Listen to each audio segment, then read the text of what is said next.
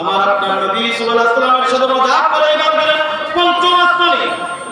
আসমানে হযরত হারুন আলাইহিস সালাতু ওয়াস সালামের সাথে সাক্ষাৎ, ষষ্ঠ আসমানে হযরত মুসা কালিমুল্লাহ আলাইহিস সালাতু ওয়াস সালামের সাথে সাক্ষাৎ, সপ্তম আসমানে হযরত নবীনা খলিলুল্লাহ ইব্রাহিম আলাইহিস সালামের সাথে সাক্ষাৎ। এই বন্ধু অনেক লম্বা চওড়া ইতিহাস, মেরাজের আলোচনা এক রাত্রে কোনো সম্ভব নয়, 4 রাত পার হয়ে যাবে, আলোচনা করে শেষ করতে পারবো না। একবার পুরা যদি ঘটনা সমূহ যদি আলোচনা করা যায় পুরা রাত্র কত পার হয়ে যাবে, আলোচনার এক কিনার শেষ করা সম্ভব নয়। আল্লাহ পাক রব্বুল আলামিন একবার বাইতুল্লাহর উপরে সিদরাতুল মুনতাহা বাইতুল মামুর তৈরি করেছেন,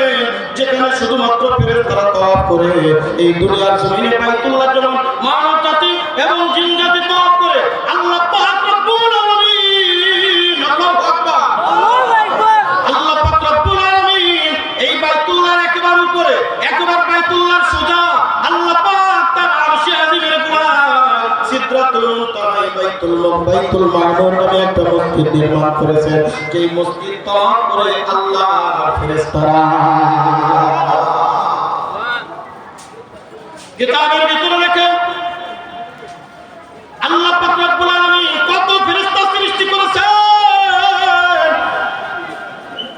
এই ঘটনা বললে আপনাদের বুঝে আসবে। এই বাইতুল মামুর তওয়াফ করার জন্য প্রতিদিন 70,000 ফেরেশতা সকাল থেকে সন্ধ্যা পর্যন্ত তওয়াফ করে,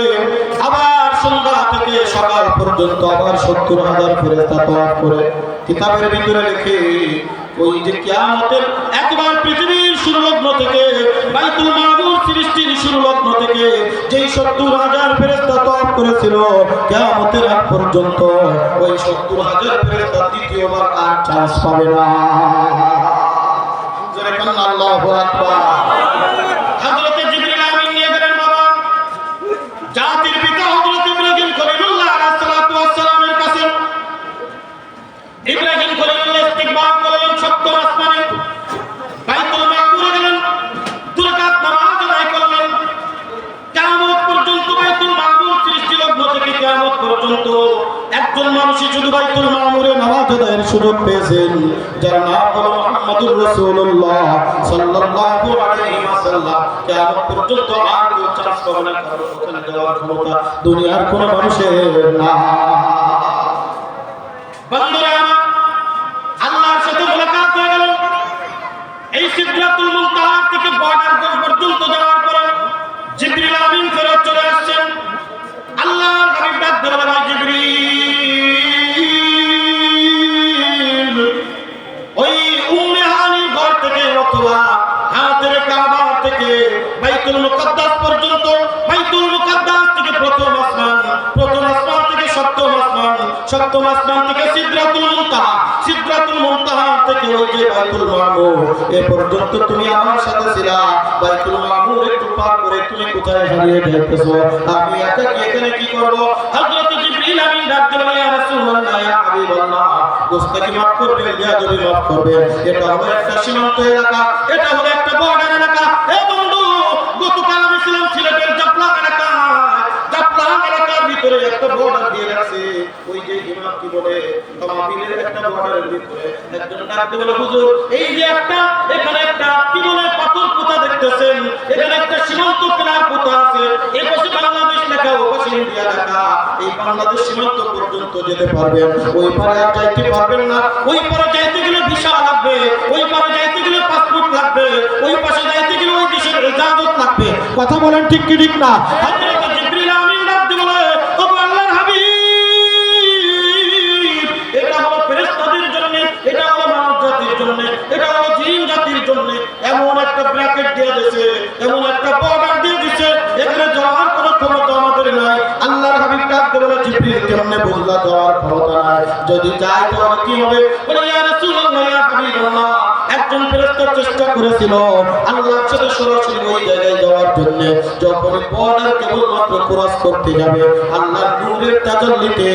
ওই নূর পুরে সাকার হয়ে গেছে। বুজুর্গি কি नहीं हमको जरूरत, गुलाम अपना बनाने ऐ खुदाया,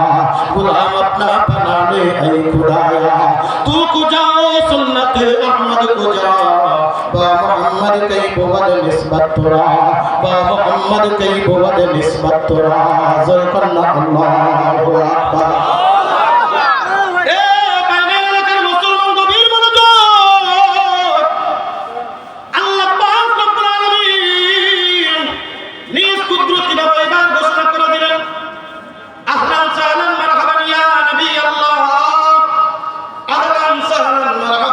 حبيب الله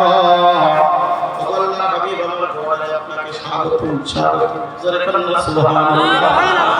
এ বন্ধু গভীর মনোযোগ আল্লাহর হাবিব বাইরে তাকায় বাবা তাকায় কে কার কাছে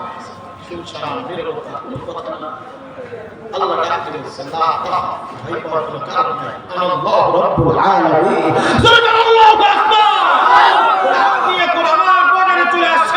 আমি স্বয়ং আল্লাহ আপনার সাথে কথা বলছি সুবহানাল্লাহ ভাই ভাই এলাকার মুসলমান গভীর মনোযোগ আল্লাহর সাথে সাক্ষাৎ হলো আপনার আল্লাহর একটা বাহনের মাধ্যমে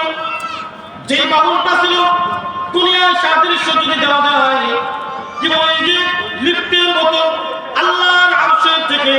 আল্লাহ পাক রব্বুল আলামিন ওই বাহনটা পাঠিয়ে দিলেন লিফটের উপরে কেবলমাত্র সওয়ার হয়েছে একটা মুহূর্তের মধ্যে আল্লাহ পাক রব্বুল আলামিনের দরবারে নিয়ে হাজির হয়ে গেছে দীর্ঘদিন পর্যন্ত দীর্ঘ সময় পর্যন্ত আল্লাহর সাথে কথোপকথন হইল সূরাত তাশাহুদ যে আমরা আমাদের ভিতরে পড়ি তাশাহুদ আত-তাহিয়াতু লিল্লাহি ওয়াস-সালাওয়াতু ওয়াত-তাইয়্যিবাত আসসালামু আলাইকা আইয়ুহান নাবিয়্যু ওয়া রাহমাতুল্লাহি ওয়া বারাকাতুহু আল্লাহ পাক রব্বুল আলামিন ডাকলেন নবী গো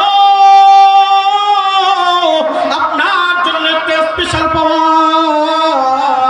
৭০,০০০ নূরের পর্দা ভেদ করে আপনাকে আমার দরবারে নিয়ে আসলাম ৭০,০০০ নূরের পর্দা ভেদ করে আমি আল্লাহর সাথে সরাসরি কথা বললাম কিতাবের ভিতরে রেখে আল্লাহ পাক রব্বুল আলামিনের হাঁটু মুবারকের সাথে আমার নবী সাল্লাল্লাহু আলাইহি ওয়াসাল্লাম হাঁটু মুবারক মিলায়া আল্লাহ পাকের হাতের ভিতরে আমার রাসূলের হাতটা মিলায়া এরকম কিতাবের ভিতরে রেখে আমরা একজনের সাথে সাক্ষাৎ করে এই যে আঙ্গুল যেরকম আঙ্গুলের ভিতরে দিয়া বন্ধুর সাথে সাক্ষাৎ করে কি করে না দেখবেন প্রেমিক প্রেমিকা বসে আছে আঙ্গুলের ভিতরে দিয়া মজা লাগে কথা বলেন ঠিক কি না বন্ধু রাস্তা দিয়ে হাঁটতে যায় আঙ্গুলের ভিতরে আঙ্গুল ঢুকায় হাঁটতে থাকে ওরা কেন এরকম আটো ওরা বন্ধুর হাতের সাথে হাত লাগবে আমার একটু মজা লাগে আল্লাহ পাক রব্বুল আলামিন ডাকতে বলে নবী গো আপনার হাতটা বাড়ায় দেন আপনার হাতের আঙ্গুলের ভিতরে আমার আঙ্গুলটা একটু ঢুকায়া আল্লাহর হাবিব এরকম হাদিসে পাকের ভিতরে আছে আল্লাহর হাবিব সাল্লাল্লাহু আলাইহি ওয়াসাল্লাম বলে আমি আল্লাহর আঙ্গুলের ভিতরে এইরকম দুইটা আঙ্গুল দিয়ে দেখা যাচ্ছে এরকম এক আঙ্গুল যেন আরেক আঙ্গুলের ভিতরে ঢুকে যায় আমি আল্লাহর হাতের ভিতরে এরকম হাত দিয়া আমি আল্লাহর সাথে মুখের সাথে মুখ লাগায়া চোখের দিকে তাকায়া আর জবানের সাথে জবান লাগায়া আমি আল্লাহর সাথে কথা বলেছি আল্লাহু আকবার এ ভাই মুসলমান গভীর মনোযোগ আল্লাহ পাক রব্বুল আলামিন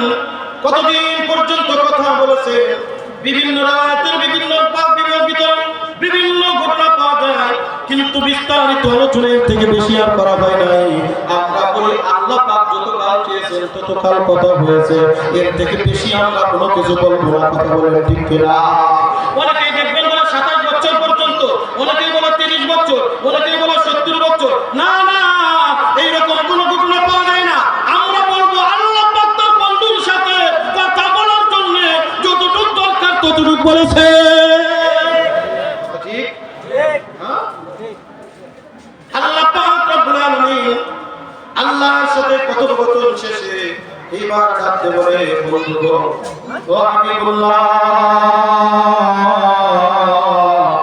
আপনি আমার বাড়িতে আসছেন আপনি আমার বাড়ির মেহমান আপনি এখন চলে যাবেন পৃথিবীর জমিনের মধ্যে এই যে আমরা 5 ওয়াক্ত নামাজ পড়ি আল্লাহ পাক রব্বুল আলামিন ডাকতে বলে হাবিবুল্লাহ আপনি যখন যাবেন মেহমানের নিয়ম হলো যখন মেহমান বাড়িতে আসে তখন মেহমান কিছু হাতে করে নিয়ে এরকম মিষ্টি নিয়ে আসে রুই মাছ নিয়ে আসে কাতল মাছ নিয়ে আসে ওই এলাকার যে এলাকার থেকে আসে ওই এলাকার বিখ্যাত জিনিসগুলো নিয়ে আসে কথা বলে ঠিক ঠিক না বাইরে থেকে মেহমান আসে মেহমান আসবে দেখবেন টাঙ্গাইলের সরসর দিয়া হাজির কথা বলতে কিনা মধুপুর টাঙ্গাইল থেকে আসছে ওই যে কি বলেন আপনার আনারস দিয়া হাজির ওই যে কুমিল্লা থেকে আসছে কি বলেন যে রসগোল্লা